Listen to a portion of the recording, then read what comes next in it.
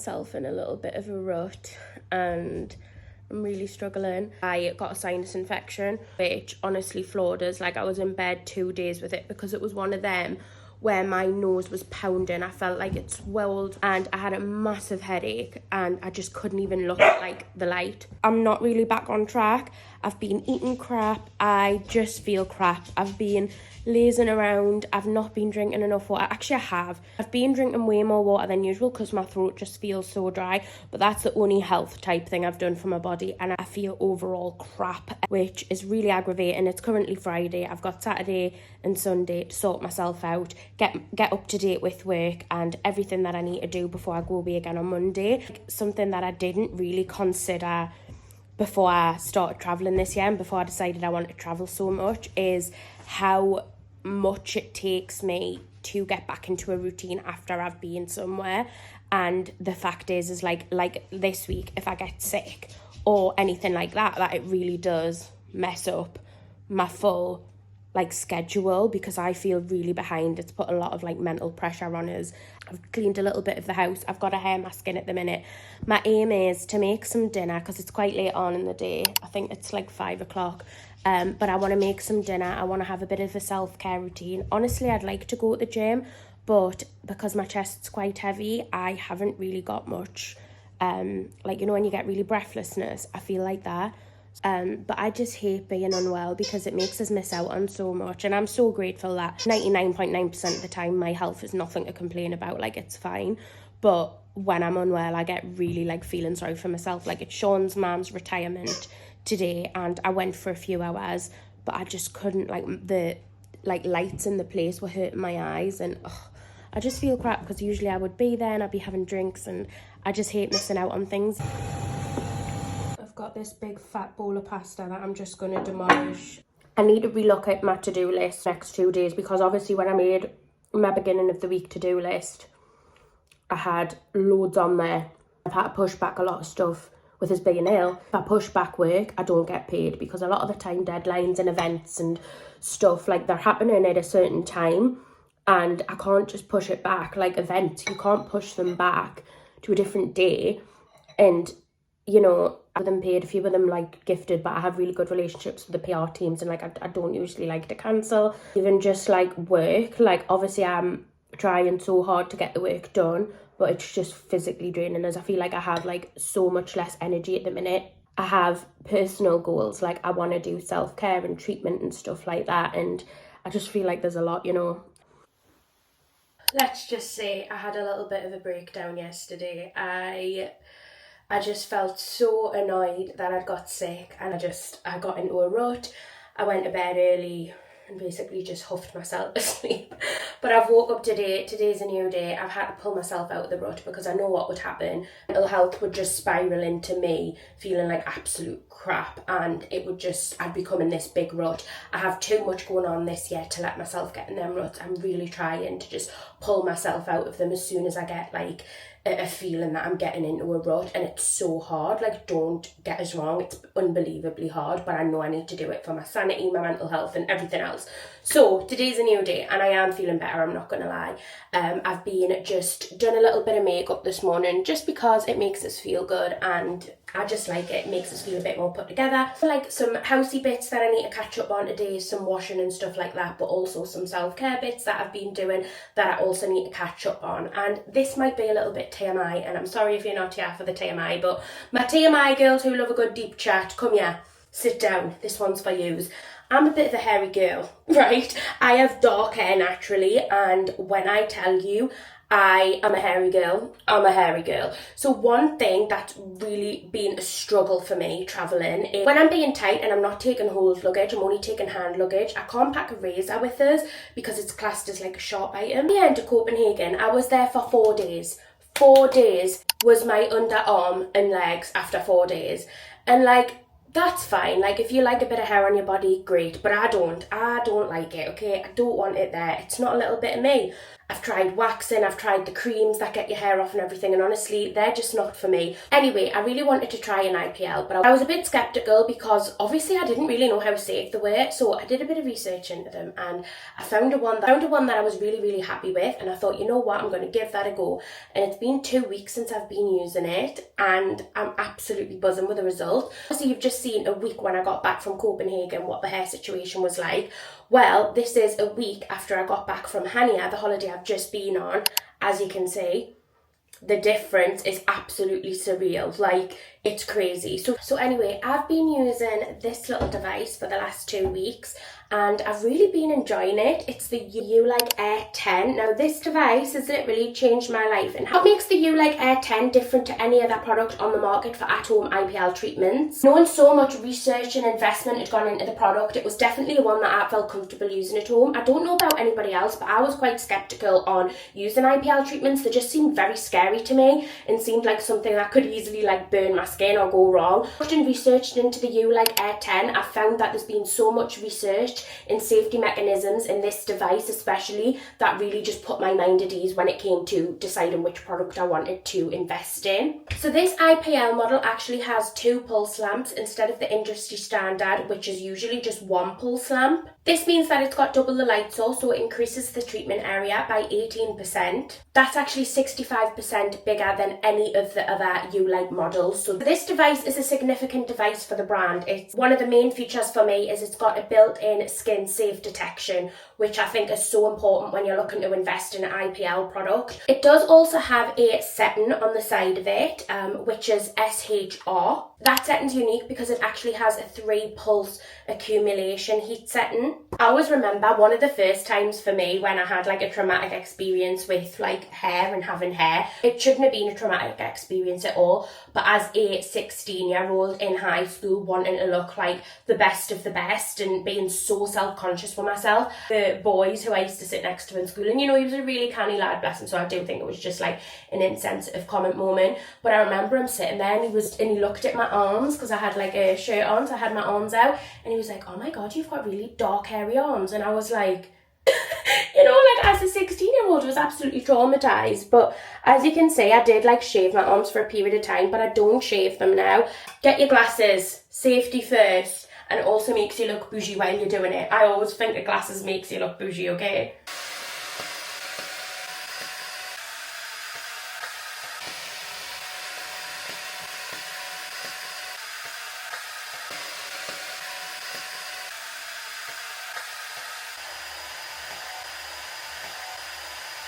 Obviously, every single person's going to be different, and definitely when using an IPL product, it's something that I would say you have to be patient with and you have to be consistent with. You have to make it a big part of your routine. Currently, I'm using mine 3 times a week just to really get myself in a routine of using it and target the areas that I want to target and get results within a week. I would say mine took about a week and a half to 2 weeks to see noticeable results. Some people are seeing results in a week, which is absolutely phenomenal, because especially other IPLs that I've looked into in the past, they can sometimes have quite a long time where they say before you see results, but the fact that you could potentially see results in a week, life-changing. This is my last session of this week done. If you would like us to keep updating you on my progress and process of using the product, then let us know. If you decide to invest in a Ulike and decide that after 90 days you're not seeing results, it's not working for you, they do have a 90-day return policy, so absolutely amazing, and it gives you that peace of mind when purchasing the product. I have the link in the description below so you can find out more about the Ulike Air 10, find out about the features more in depth than what I've told you today, and see if it's a product that you think would work for you or not.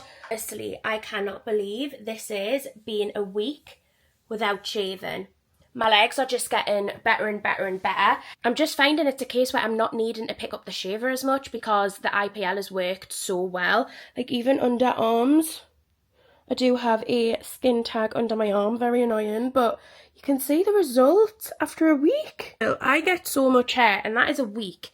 Honestly, so I shave at the minute like once a week, where it used to be every other day for me, and I'm shaving once a week, and that is doing me great at the minute, and I just feel like a new woman. But yeah, madness, absolutely love mine. So if you've got any questions about it, pop them in the comments below. Like, just not great. I need to clean and tidy the office because the office, it's a mess.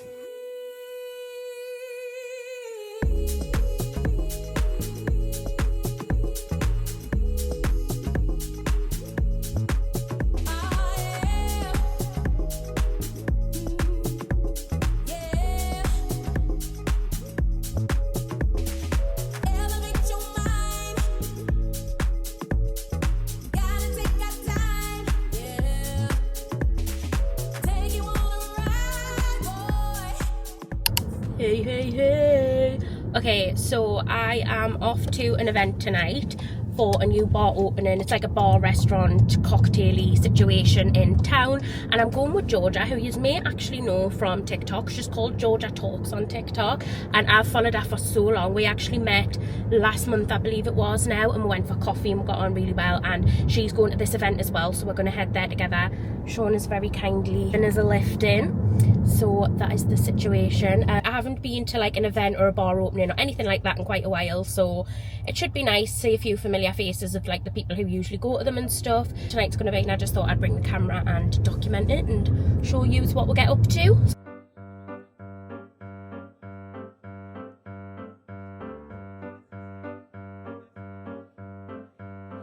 If you were mine, I would cherish you forever.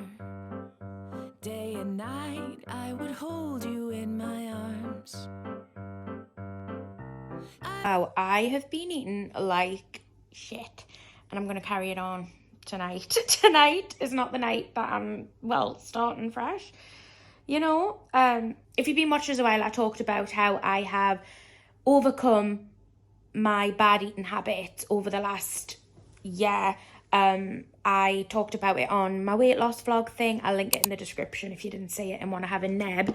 But since I got back from Switzerland, I've ate so badly, and honestly it's taken a toll on us because I feel so shit. This is the thing, and this is why I like keep at eating good, because it makes me feel so bloody good inside. Keep moving my body because it makes us feel good. When I eat crap and when I don't move my body as much, like I've done the last few days, I genuinely feel shit. But tonight's not the night for that, because we're going to carry the tradition on. I went to the vegan market on Sunday and I bought cake from one of my favourite bakeries, May Bakery. And me and Sean and my mum came round the other day, and just anyone who's been coming round, I've been offering them a bit, but I've also ate a shit ton of it myself. And I'll show you what's left. There's little bits left, so I'm just thinking if I eat it now, it's gone, it's out the way, and I don't have to worry. Not like I'm worrying, because it's absolutely bloody delicious, but I'm just thinking I want it now, so I'm going to have it now. So this is the end of a Malteser cookie pie and the end of a school cake. That's my favourite, the school cake. Nobody's took a bite out of it. I've just been like picking at it. But I'm going to finish these, and I've just made a cup of tea. And I'm going to watch an episode of Dexter with my Lou. Henry's took himself to bed, but Lou is always by my side, aren't you? You're always with Mummy. You're so loyal. You're a loyal whippy. Just like I'm only with you because you've got cake, Mum. You can't have cake. We could have a tiny bit of the white one. We can't have chocolate though, you get sick. You would. It's delicious as well, so I'm sorry. I'm sorry you can't taste it. So yeah, I went to the vegan market on Sunday with the dogs. It was so nice. We just sat in the park.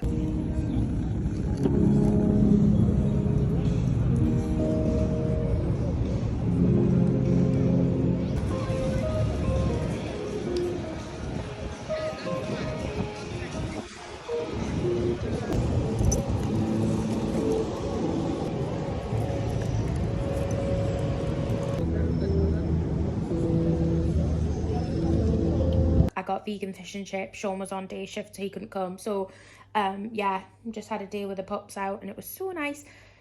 So, I feel like I've still got a bit of a cold. Anyway, I'm just going to watch an episode of Dexter. I've just edited all of the Switzerland vlogs, so they're done. And I'm going to demolish this cake, and we're going to get back on it tomorrow. Fresh start, life back on track. I intend tomorrow, drink more water, get up earlier, go to the gym, eat better. One of them would be good enough for me, because I don't want to set unrealistic expectations. Let's be real. Let's eat cake and watch Netflix.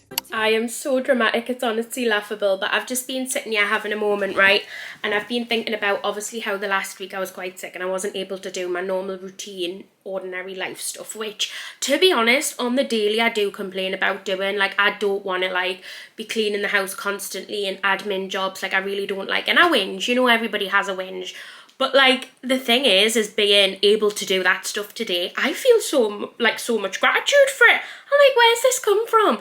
But it just puts into perspective for me that like being able to get up in my day-to-day life and do ordinary things, I am actually really grateful for, because I know there's so many people in the world who aren't able to do that and who would. I know my friend Kate Stanforth is one of them, and I'm sure she won't mind us talking about this very briefly, but I know how she has to dedicate her energy to certain things in life and watch where she puts it, and miss out on a lot of opportunities and a lot of things because she simply hasn't got the energy or health to do it. And it really puts, every time I get even the littlest bit sick, like whether it's a cold, I'm being so dramatic, right? But give us this moment.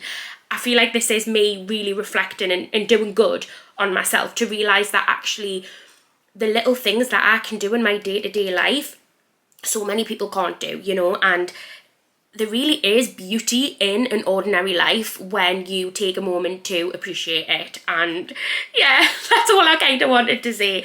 But it's Sunday, I've had the pups out, I've done some very basic things today, but I'm going to be packing because I am such a last minute packer, it's actually a joke. I'm flying at the airport at 4 a.m. tomorrow. It's 6 p.m. the night before and I haven't packed a thing. I'm going to go and do it after this video, but I'm so last minute. Anyway, I'm going to end this video here. Thank you so much for clicking on it, and I'll see you very shortly for another one. Bye.